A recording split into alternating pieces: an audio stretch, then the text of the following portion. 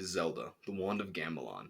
And it pains me to have to say that throughout that entire 2.5 hours, we did not once come to the conclusion that that was a game whose themes, metaphors, and allegories were all about the horrors of imperialism.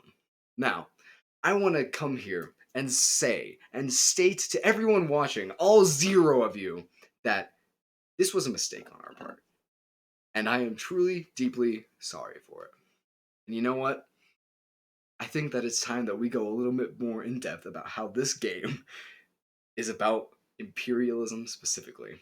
You see, the king is a king, a monarchy, and he goes off and tries to add his influence to other countries, to other lands that are beyond just his scope alone. And I think that that is something that is not the best thing to do as a king. Now, you could say that he's a good king, trying to help out the people of Gamelon.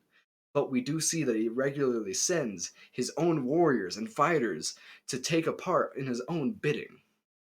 And what is more is that all of the problems and conflicts faced by these other nations, these other lands of different peoples, wholly, entirely unique regions unto their own, are always underneath the lead foot of Ganon and all of his compatriots who are a part of him, always trying their hardest to do what now, I tell you? To try and defeat Link and the King and all of them, the royal family. I can't remember what their place is called. Hyrule, yes. You see, Hyrule is an allegory for any sort of large imperialist nation.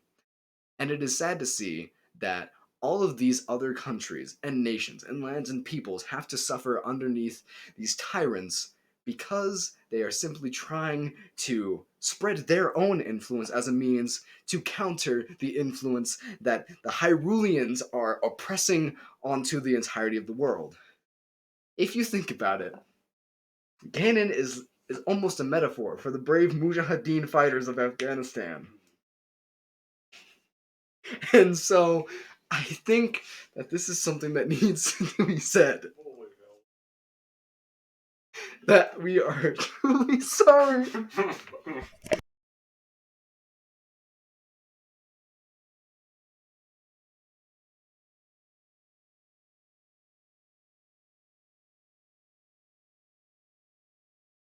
Sorry.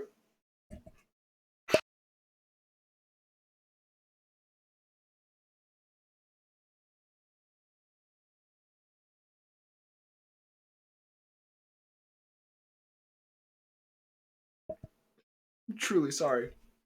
I broke down into tears just then. I might do it again very soon.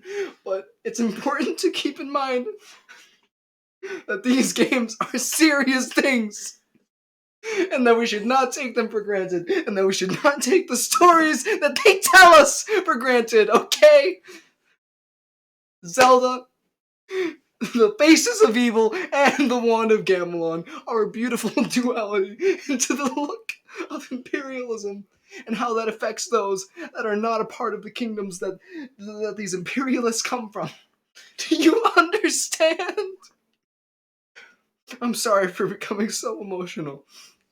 It's just something that I wanted to get off of my chest. Thank you, and good night.